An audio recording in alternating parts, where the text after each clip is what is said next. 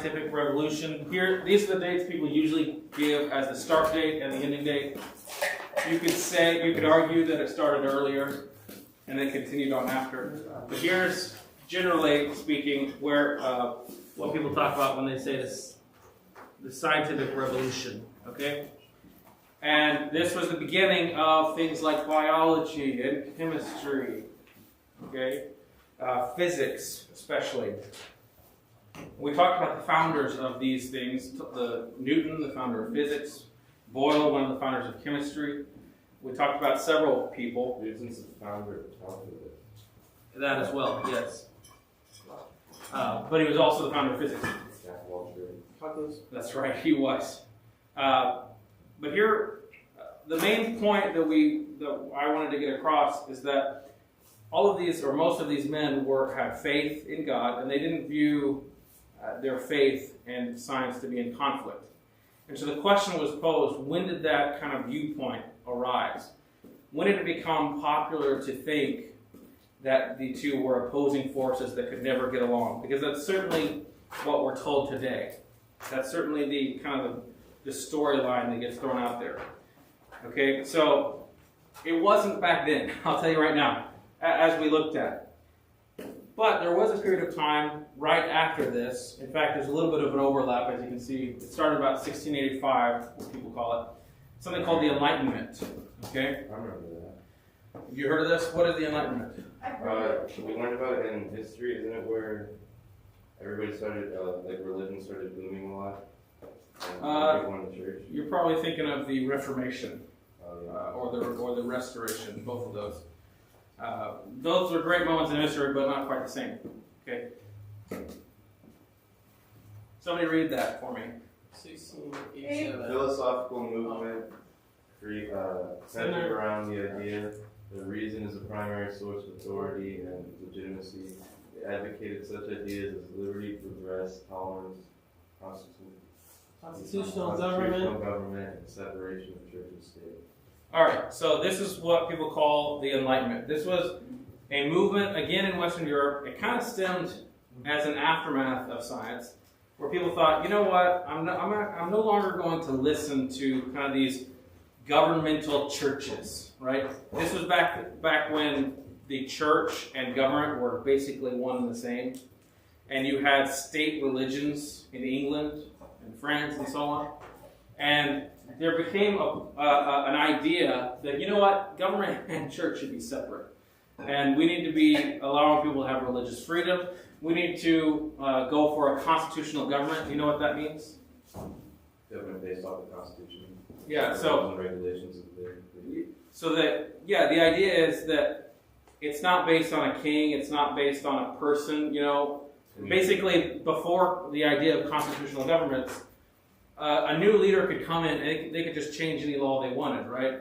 Whereas a constitutional government, the idea behind that is that it's the people who change the laws. It's the people who are in charge of, who basically rule the government. The country is for the people, by the people, right? Mm-hmm. So all of this came kind of at the same time, and you could say it was a product of, a little bit of a product of the scientific revolution. And all of these are good things, right? All of these are good things. There's kind of a straw man that gets thrown out there on Christians that we just want the government to control religion, things like that. I think most Christians would completely disagree with that, right? I think most Christians would say, okay, these were good things, and therefore we as Christians, we don't want the government to just rule our lives and rule religion. The idea of separation between church and state is well accepted at this point after the Enlightenment. Now what happens is a lot of times there's a revisionist history that goes on. Atheists will point back to the Enlightenment and basically try to claim that it happened because of atheism or because of people moving away from faith.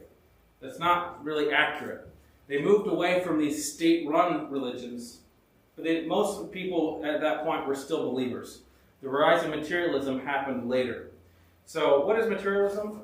That's when they believe in the physical world and not the spiritual. Yeah, so we got to remember this. You might want to write this down on your paper.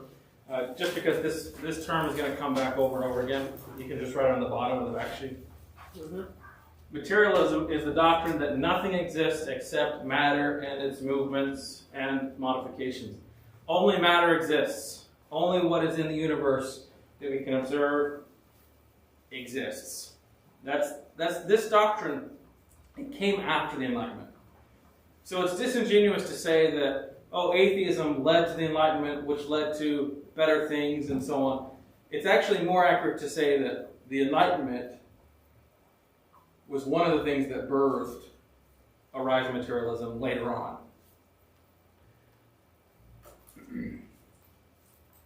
I'll let you finish that writing that one up. So this new atheistic worldview, materialism, it did arise again later. And here's kind of how it began. It started among philosophers, okay? It started among philosophers who were attacking the cosmological argument. Okay, so here's the cosmological argument once again. This is the argument we're talking about this unit, remember? So this argument, as I mentioned before, was formulated in the Middle Ages. And so by the time the scientific revolution came around, this argument had already been a part of, intellectual thinking. It had been accepted by most. It was a very popular argument. And even into the Enlightenment, this argument was well known. But what we have in the Enlightenment, really and after the Enlightenment, are some philosophers who started poking holes in this argument. They said, no, this argument is not valid, it has problems. Okay? Well, the first one, or at least the main one, that gets a lot of credit for this, is a guy named Immanuel Kant. He, as you can see, was born 1724. This is right there, kind of in the tail end of the Enlightenment. He started to attack the cosmological argument.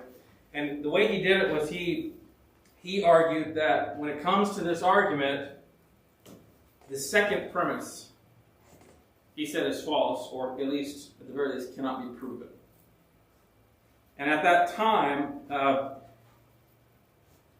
actually, let me ask you. Do you think he was right about that? Yeah.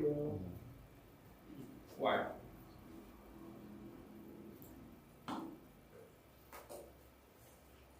Wait, what? Oh, All right, let me rephrase. what? Can't say that. Immanuel Kant, he said, you know what, this argument, it doesn't hold water, it's flawed, because the second premise, the idea that the universe had a beginning, is false. Or at least, it cannot be proven. So let me ask you, can this premise be proven? Yeah, it can be proven. Okay, but could it be proven back then? No. No. Not really. Not really. So here's the thing. We need to understand that this argument, though it was very strong back in the Middle Ages when it was formulated, even up into the Enlightenment and post, even though it was strong, it did have a major flaw. And that was that the evidence, we just didn't have enough evidence to prove premise number 2. We had zero evidence, really, of either or. Yes? You know what's neat? Is when we didn't have enough evidence to prove those, a lot of the world was Christian, and now a lot of the world isn't Christian, and now we have all the evidence to prove it. I know, it's sad, isn't it? It's kind of weird, right? We'll talk about that, yeah. So remember in your worksheets, there was one I gave you a couple of, like last week, 3-3, I think it was, where it says there's only 2 options. Oh, Okay, so you remember that? The idea was that we have really only 2 options as to the origins of the universe. Either nothing... Oh. What was it? You guys remember? Something is unmade, nothing created anything. Yeah, either nothing created everything, or something is what? Unmade. Unmade or eternal, right? So, these are the only 2 options. This was well understood by philosophers and early scientists intellectuals, just for many, many years, this has been well understood. And most agreed at this point in time that the idea that nothing created anything is logically unsound. It doesn't work. It's foolhardy. So most people agreed, okay, that doesn't work. What Kant pointed out, and several other philosophers, is really that they agreed, yes, this is true. You only have these two options. But they said, why does that mean there has to be a God? They came up with the conclusion that, you know what,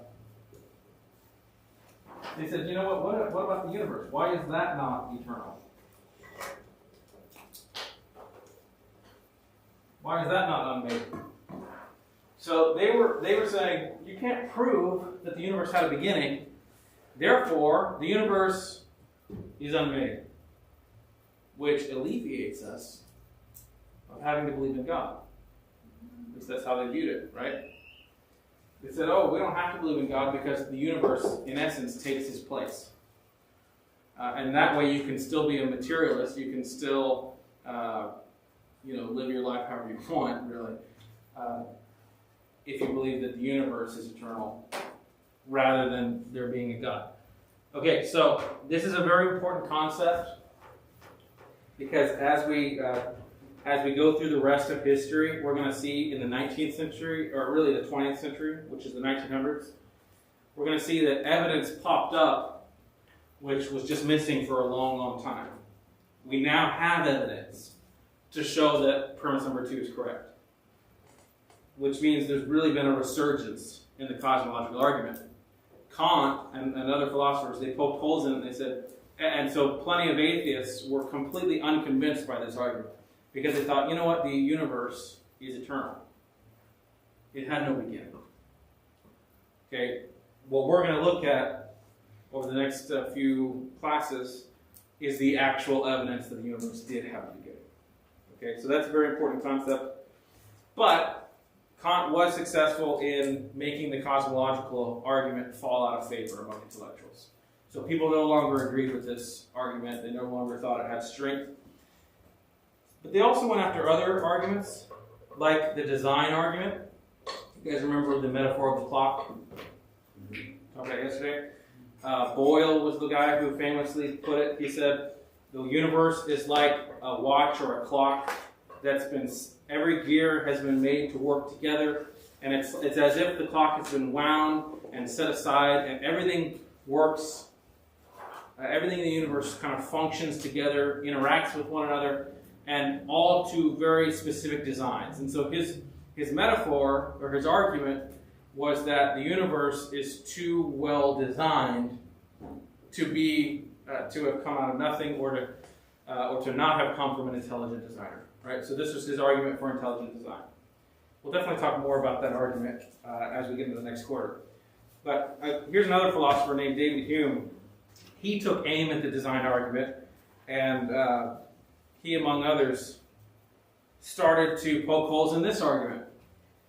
Yes? Let's write that down. This one down. Which philosophers do you want us to write down? I'll tell you. Because I already wrote the other one down, but no. Oh, these are not the three men. Sorry. I'll let you know when we get to the three thinkers. You can write these notes down, that'd be helpful, but these are not the three thinkers.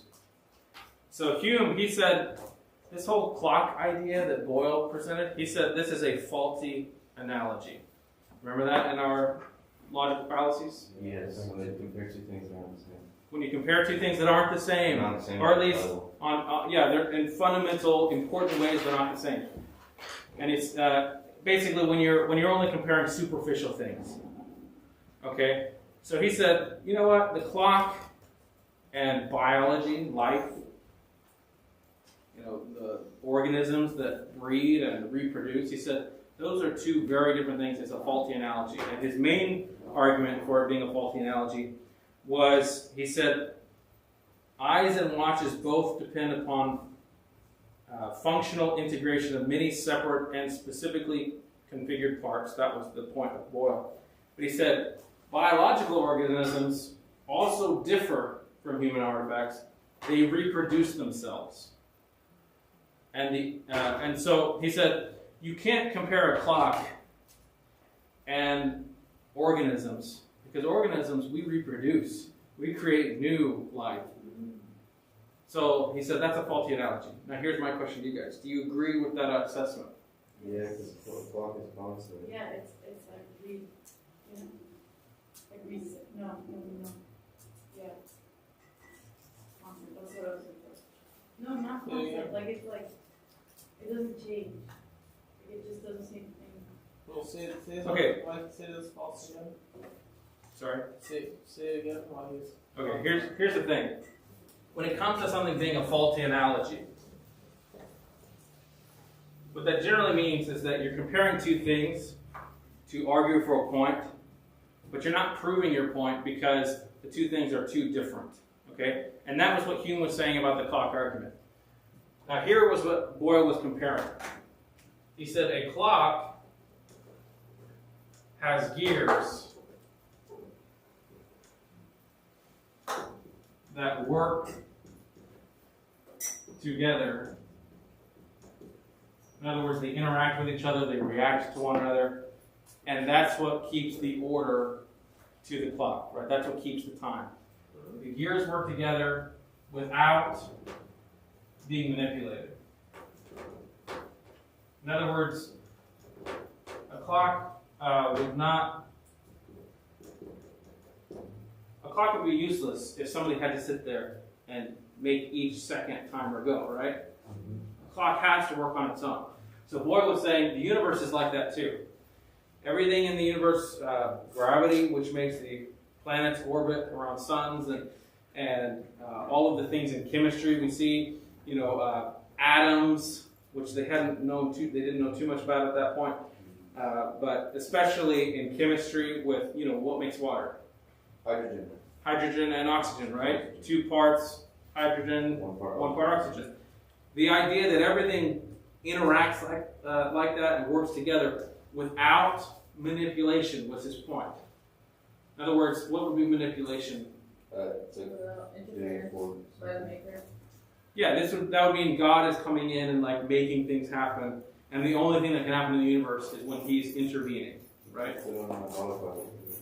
Sorry? It's like put something on autopilot. Yeah, so exactly. So in other words, his point about the clock was that the universe was so well designed that everything works together. Okay? Hume says this is a bad argument because in life you have biological organisms, they reproduce, and clocks don't reproduce. That's a dumb What about water and matter? You can't ever make more matter than there has been in the world.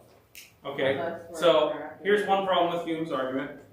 He's zooming in on one facet of creation, right, of the universe. So maybe, just to be fair to Hume, you could say, okay, the clock argument doesn't work for biology, but it could work for everything else in life. Okay? You were saying that's a dumb refutation. Why do you think so?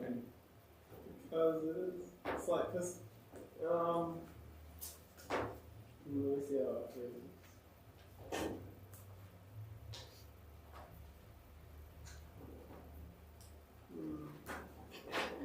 I can't really phrase it first though.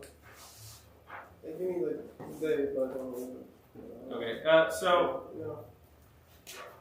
a lot of people agreed with Hume. Here is one of the responses from someone who liked the clock argument, though. And I'm not saying that you have to agree that the clock argument is the best argument ever. But here's one thing that somebody said. You're right. Biological organisms do reproduce. Clocks don't. If we were to find a clock that reproduced, we would be extremely amazed by it, wouldn't we? Says, I'm extremely amazed by the intricate workings of the universe and how life on the universe reproduces. And it's like the fact that organisms are even more complex and even more mysterious and wonderful doesn't disprove the argument. It just shows that that the design is even more spectacular, right? So that was the response. You can agree, you can disagree, but I think that was a pretty good response. And I think the point that we can't lose from this, we need to understand, he's not trying to prove everything by using the clock argument. Yeah, He's just trying to argue for the mechanisms working together on their own. That's the whole point of the clock metaphor. Okay. So there were attacks on the cosmological argument. There were attacks on the design argument. So this meant that over time, scientists started looking for other explanations. They started looking for other arguments. And they started being more skeptical as to whether or not there was a God. Okay? And then, thus we enter in three thinkers, three men who popularized materialism. Okay? So the materialistic movement and belief had already arisen up to this point, but there were three figures in history that really made it popular. Okay? Really made it popular among intellectuals and scientists and philosophers. Okay. Here's the first one. You're right. Charles Darwin. Let's go. All right. Write him down. Charles Darwin. What is he famous for? Evolution theory. The theory of evolution. The father of evolution. Father of it. That's the basic standard textbooks in public school. Oh, is that what it said? Okay. There's Marx. All right. Let's talk about Charles Darwin for a second. What is the theory that he proposed? That he put out there? That everything is made from a single cell. Yeah. Everything in life has a common ancestor. That was the idea. Okay. In other words, it started with a single cell organism, and that branched out. And, maybe there were more than one single cell organism, but the idea is that it branched out, and every organism has common ancestry. And that, of course, led to the theory that humanity is evolved from ape-like creatures, which were evolved from crustacean-like creatures, and so on. Okay. So this was the big materialistic explanation for where we came from. Okay. There were a lot of other materialistic explanations that were coming out that were very popular, like about just the origins of the Earth and how gravity could have formed the Earth and so on and so forth. But the big one that made it popular was that this explained life, right? This explained why the complexities of life, and as Charles Darwin put it, this explained why things only appeared to be designed. Right? Usually the design argument was, well, look at how complex life is. There has to be an intelligent designer. That was the argument. Well, what Darwin did was he said, no, it only looks like it's been designed. And that was so you're going to hear a lot of New Age atheists. They're going to use this phrase, apparent design. And it really annoys me when they say this, because in my opinion, apparent design would be evidence of design, right? Mm-hmm. Yeah. They say, but this theory of evolution gives them a way that they can kind of skirt around that. Oh yeah, it looks designed. It looks like an intelligent mind created it, but that's the power of evolution. It makes things look designed. Okay, so here's an important quote from a biologist, Francisco Ayala. Here's what he said. The functional design of organisms and their features would seem to argue for the existence of a designer. It was Darwin's greatest accomplishment, however, to show that the directive organization of living beings can be explained as the result of a natural process, natural selection, without any need to resort to a creator or other external agent. Okay? So Darwin really popularized and presented an explanation for where we came from in which we didn't need God. Okay? So what is natural selection? Just real quick. The weak ones die and the other ones grow from. So it's kind of survival of the fittest. The example I always use is in a snowy tundra. there are, let's say, 5 rabbits are born in a snowy tundra. 3 of them are white, 2 of them are brown. In a snowy tundra, which colored rabbit is most likely to be found by a wolf? Brown. The brown one. So do they survive long? No. So this is the idea, the basic idea of natural selection. Those white rabbits are more likely to have white babies, okay, and so on. So the idea is that over time, organisms change. And by the way, that whole concept is very much verified in science. It's true. And we as Christians don't need to have any problem with that idea. What Darwin did was he took that and he drew it out over a long period of time, and he used it to connect all organisms and said we all come from common ancestry. When we get into the next unit, we'll talk about how that's a giant leap, okay, from one to the other. We call it microevolution versus macroevolution. Micro being small, macro being big. Okay, microevolution is very much verified in science. That's why we were able to make different breeds of dogs. Okay, but that's you can't take that evidence. You can't take evidence for microevolution and use it to say, oh yeah, we're all of the same in the same family tree. And we'll talk about why that doesn't quite work. You can't breed a dog into a fish. Exactly. But we'll get into more detail about that in the next quarter or the next unit. But we need to understand, Darwin comes out with this theory. It kind of explodes on the scene. Yes, there are some critics. There are people who don't like it. Darwin was he was kind of the first scientist to discredit his opponents, especially those who believed in an intelligent designer, by saying they're not really scientists. He was kind of the first to argue that any explanation that involves God is not a scientific explanation. In fact, you can quote him as saying that to one of his particular critics who was talking about the plan of creation. And Darwin said, plan of creation? That is not a scientific explanation. And this has become very popular among scientists today, right? So I can't tell you how many times I've heard scientists just say straight out, creationism is not science.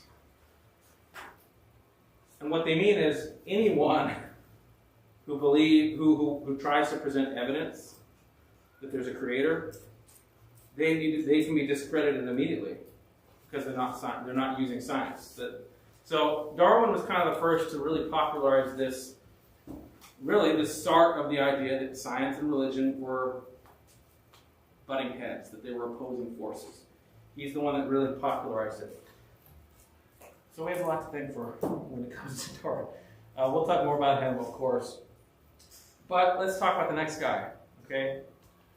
Karl Marx. He is somewhat less relevant today than Darwin. Yes, as well as the war. But we'll talk about that in a second. Karl Marx, what is he famous for? Communism. Communism, okay. Let's be more specific. Marxism. Yeah, okay. So, Marxism, what is Marxism? Communism in a nutshell. Somebody give me an actual explanation of it. What is Marxism? What the ideology is like? Yeah, what is the ideology of Marxism? Distribution of wealth, no religion. Yeah. Somebody else? Utopianism.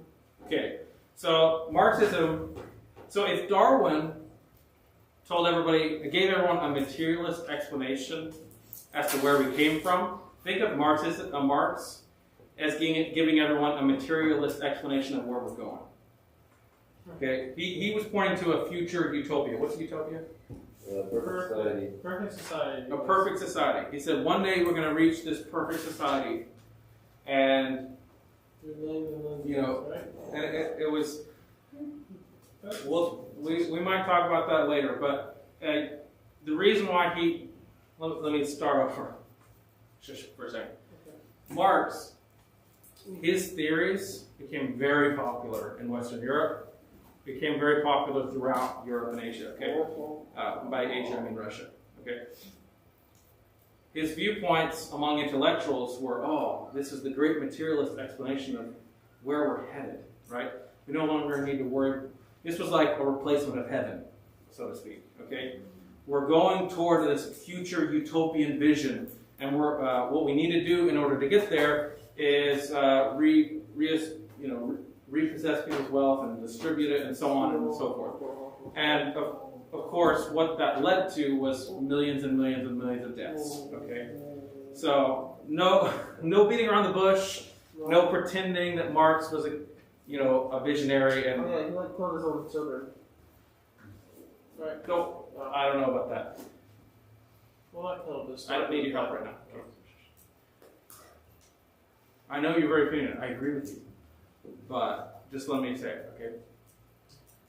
We need to be very clear. Marx was not a good guy. It's not like his views were just not actually tried, okay? They were tried, and the consequence of that was the death of hundreds of millions of people, okay, in the 20th century. Which is why he's become less popular today, as he should be. But there are still people who like him, and I just want to dissuade you of that right now. There's a book I would recommend everyone read. I think everybody should read it in school. Okay, I've told you about it. Yeah, it's called the Gulag Archipelago. Anybody heard of it? Yeah. You've heard of it? Okay. I might have talked about it. I can't remember. This is a book that used to be kind of required reading, but it's not anymore. It's by a guy named Alexander Solzhenitsyn, and he was a survivor of the Gulag in the Soviet Union. Do you know what the Gulag is? Yeah. It's like basically the Holocaust of the Soviet Union. Yeah. Okay.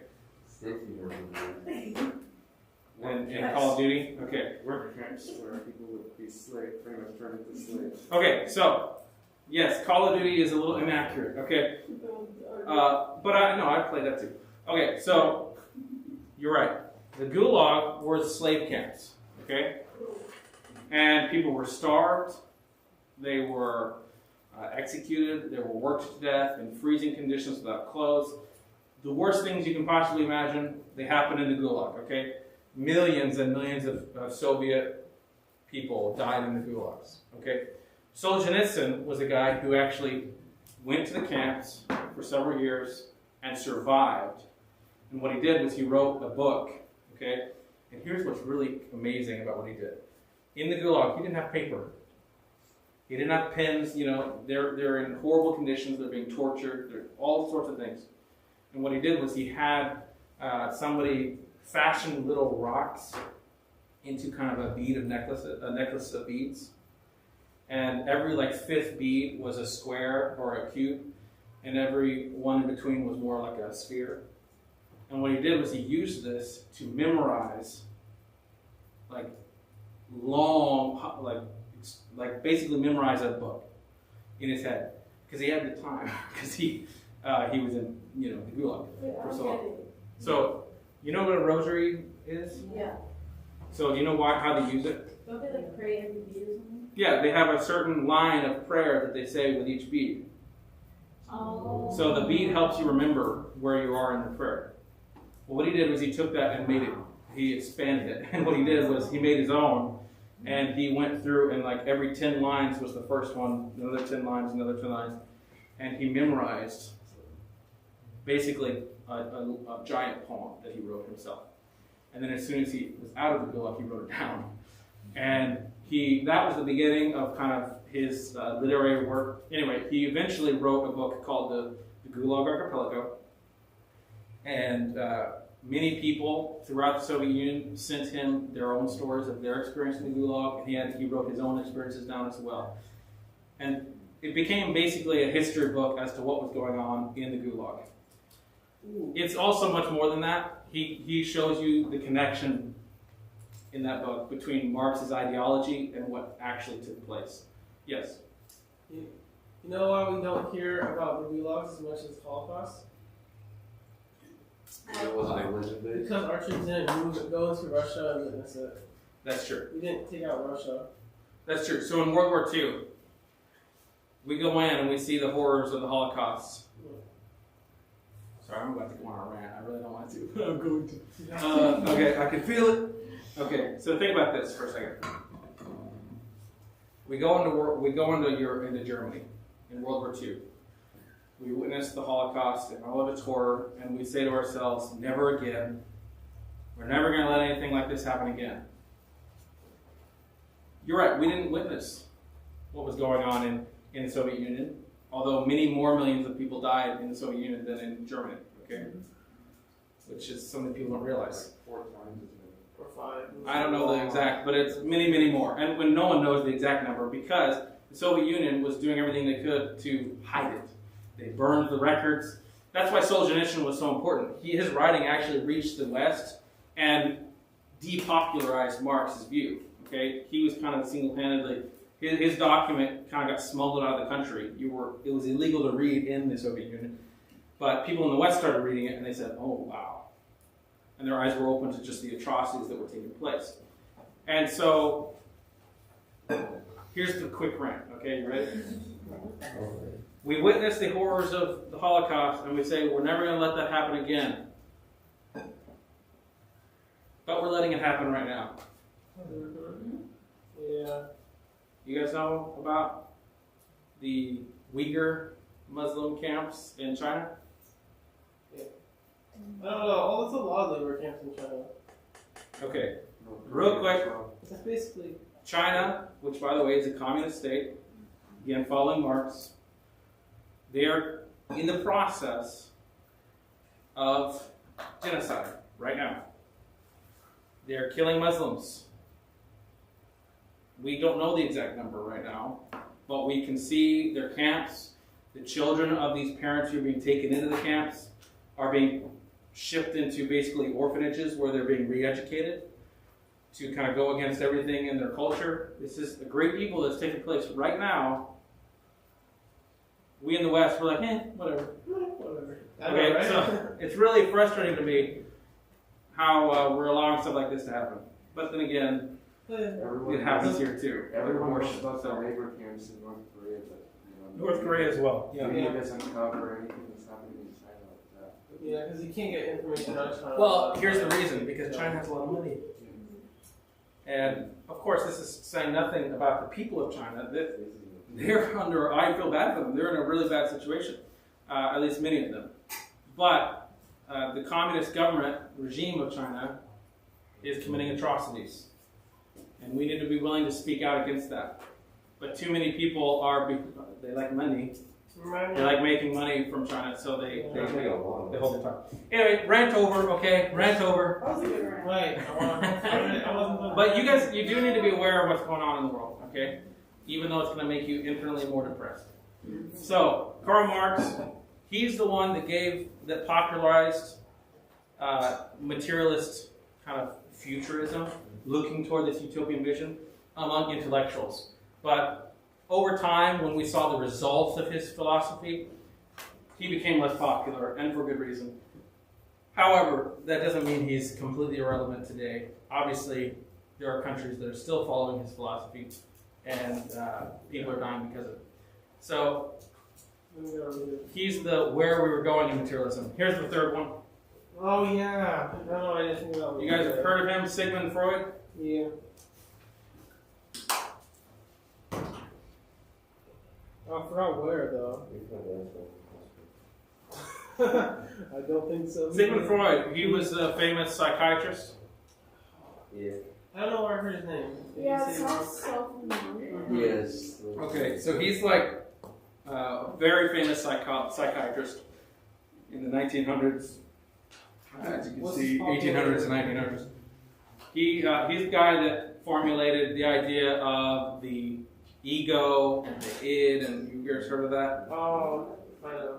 Okay, so you don't need to worry too much about it, but here, the main contribution of Freud to popularize materialism is that he showed people what to do with the guilt that they had, okay? He was a materialist, and he thought this guilt, we can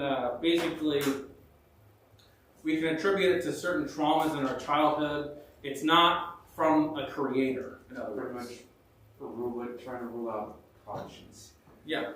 So that's where it leads. Yes. So he wanted Let me just read you a quote here, okay? From Stephen Meyer, writer of one of the books that this class is based on. He said, Darwin told us where we came from, Marx told us where we are going, and Freud told us about human nature and what to do about our guilt. If you get if the materialistic viewpoint accomplished all three of these things, then what need is there for God, right? So this is how it became popular. And over time, starting really with Darwin and into modern day, it became the idea that science and faith are incompatible and enemies of each other has now taken hold and become popular. But we need to understand that that's a recent viewpoint, okay? And here's one more important note, okay? All of this materialistic philosophy that became so popular, it's all based on one presupposition, that the universe is eternal. Everything that they taught was based on this idea that the universe is eternal. Yes. Which means, if we can prove that the universe isn't eternal, then it's going to throw a big wrench into what they believe, right? It's going to throw a big wrench into materialism. So that's why it's so important.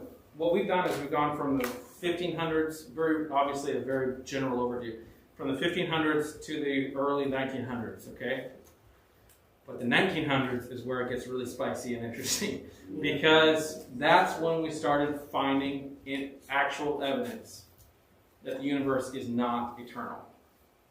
Now what's ironic, I shouldn't say ironic, what's sad is that materialists, even though materialism itself was based on this view that the universe is eternal, materialists have simply shifted gears and tried to go another route. I'm sad I shouldn't have erased it, but they've actually gone back to the other option, which is nothing created everything. Because they can see the universe is not unmade, therefore, the only option was God. No, they don't want that. So what materialists have done is they now say, okay, somehow nothing created everything.